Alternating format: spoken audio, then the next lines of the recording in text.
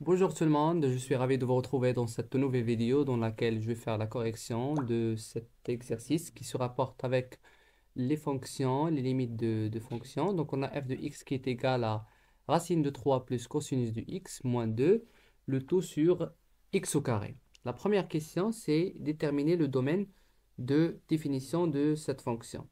Donc la première des choses à faire, c'est de remarquer que ici on a un racine carré. Et là, on a une fraction.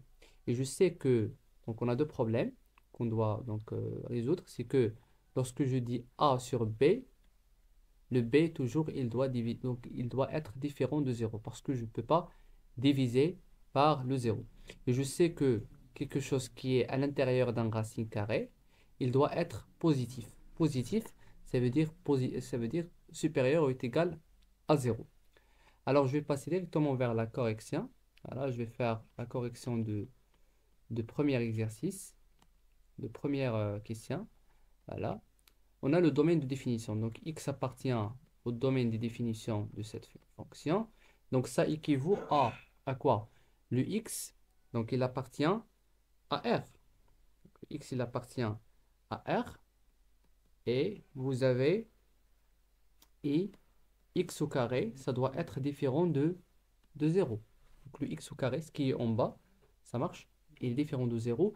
Et ce qui est à l'intérieur est, voilà, le 3 plus cosinus de x, ça doit être supérieur ou est égal à 0. Voilà. Donc, ceci équivaut à x. Donc, le x, elle appartient à un domaine de définition. Donc, le x appartient à R. Le x au carré, il est différent de 0. Et le cosinus de x, il est supérieur ou est égal à moins 3. Parce que si je fais ici, qu'est-ce que je vais faire? Je vais faire 3 plus cosinus de x, il est supérieur à 0. Je vais déplacer le 3 vers l'autre côté. Donc déplacement est égal à changement de signe. C'est ça ce qu'on connaît normalement dans le contexte des équations. Lorsque je déplace un nombre d'un côté vers l'autre côté, donc je change de signe. Très bien. Voilà.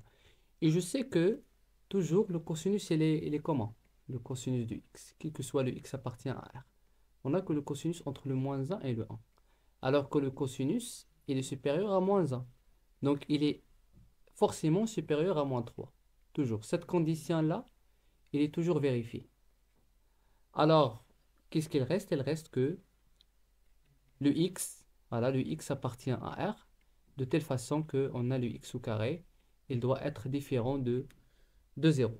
Le x au carré est différent de 0, alors le x, il doit être, voilà, le x, donc ça équivaut à x appartient à R et le x, il est différent de 0. Ça veut dire que le domaine de définition, df, est égal à R étoile. Très bien. Je passe maintenant vers la deuxième question qui a montré que la valeur absolue de f de x est inférieure à 1 sur x au carré. Qu'est-ce que je vais faire? Je vais commencer par le cosinus de x. Voilà. La deuxième question, je sais que on a, voilà, là on a cosinus de x. Il est entre moins 1 et le 1. Très bien. Donc 3 plus cosinus de x, il est entre quoi et quoi? Je vais ajouter 3 donc, pour le moins 1 et pour le 1. 3 plus 1, moins 3 plus 1. Parce que si vous avez le A entre, par exemple, B et C, alors A plus D, il est inférieur à C plus D. Ici, il est inférieur à, donc, entre B plus D et C plus D. Très bien. 3 plus cosinus, racine carrée. Donc, cosinus de, voilà, racine carrée, donc racine carrée de 3 plus cosinus de x, ça va être entre quoi et quoi? Ça va être entre racine de 2, voilà, et 2. Pourquoi? Parce que ici, moins 2 plus 1, c'est moins 2. Ça marche? Donc ici, je vais avoir, c'est plus 3. Attendez, donc ici, c'est plus 3. Et ici, c'est moins 1. C'est moins 1. Très bien, donc 3 moins 1. 3 moins 1, c'est 2. Donc entre 2, 3 plus cosinus de x. Et ici, c'est 4. La racine de 4, c'est 2. La racine de 2, c'est racine de 2. Très bien. Qu'est-ce qu'il reste? Je vais ajouter un moins 2. Donc racine de 3 plus cosinus de x moins 2. Voilà, entre la racine de 2 moins, voilà, moins 2. Ici, je vais faire, voilà, donc c'est moins 2.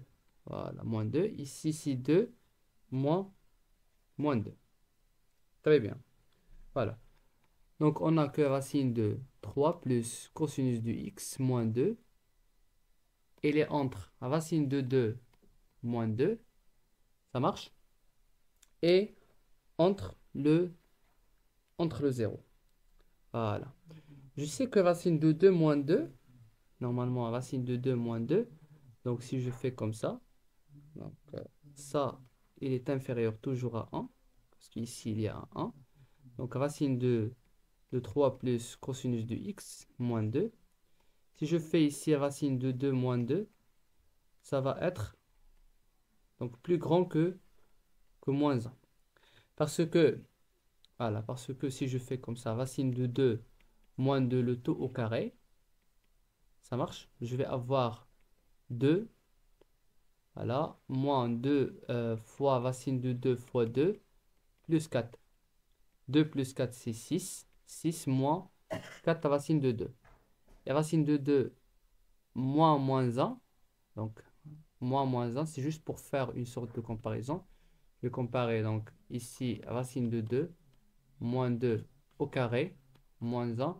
Je vais avoir quelque chose qui est de cette forme. Donc, 6 moins 4. 6 moins 4 à racine de 2, moins 1. Je vais avoir 5 moins racine, 4 à racine de 2. Et ça, c'est positif. Ça veut dire que racine de 2, moins 2, il est supérieur.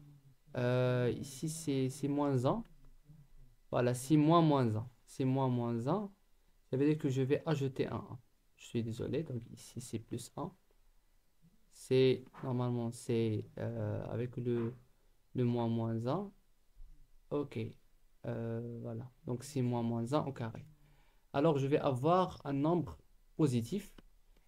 Donc, la fonction, normalement, cette fonction, racine de 3 plus cosinus de x moins 2, il est entre moins 1 et entre le 1. Voilà. Alors, qu'est-ce que je vais faire? Je vais faire, puisqu'il est entre moins 1 et le 1. Moins 1, moins 1, inférieur à racine de 3 plus cosinus de x, moins 2, il est inférieur à 1. Alors, la valeur absolue de racine de 3 plus cosinus de x, moins 2, il est inférieur à 1. Parce que la règle, qu'est-ce qu'il dit? Si vous avez la valeur absolue de x, il est inférieur à un certain a, alors le x, il est entre moins a et a. C'est ça la règle. Très bien, c'est ça la règle. Alors, je vais diviser par le x au carré. Racine de, donc, la valeur absolue de racine de 3 plus cosinus du x moins 2. Si je le divise par le x au carré, ça marche. Donc, ça va être inférieur toujours à 1. Ça marche parce que le x au carré, quel que soit le x, euh, donc il est différent de 0.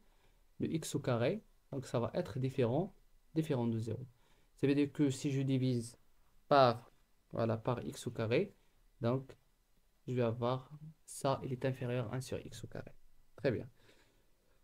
Et même x au carré, la valeur absolue de x au carré, est égale à la valeur absolue de x le tout au carré. Très bien. Donc ça est égal, donc ça équivaut à f de x, la valeur absolue, il est inférieur à 1 sur x au carré. C'est ça ce qui est demandé. Donc pour la deuxième question. Voilà. La troisième question, c'est calculer la limite de f de x lorsque le x est en vers plus l'infini. Donc c'est facile. Qu'est-ce que je vais faire? On a que, la troisième question, on a quoi? Donc, troisième question. On a que la valeur absolue de f de x, il est inférieur à 1 sur x au carré. Alors, le f de x, il est entre moins 1 sur x et 1 sur x au carré. Ici, c'est x au carré. Alors quoi? Qu'est-ce que je vais avoir? La limite de ça, la règle de gendarme. Donc, la limite de x, il tend vers plus l'infini, de moins 1 sur x au carré. Il est inférieur à la limite de f de x en plus l'infini. Il est inférieur à la limite de 1 sur x au carré en plus l'infini. La limite de ça, c'est quoi? C'est 0. Et ça, c'est 0. Donc la limite de f de x, il est entre 0 et 0. Finalement, la limite de f de x, le x tend vers plus l'infini, est égal à 0. Voilà. Donc c'est la fin de notre vidéo. J'espère que vous avez bien compris. S'il y a une question, n'hésitez pas à les mettre dans les commentaires. Abonnez-vous sur la chaîne et mettez un like.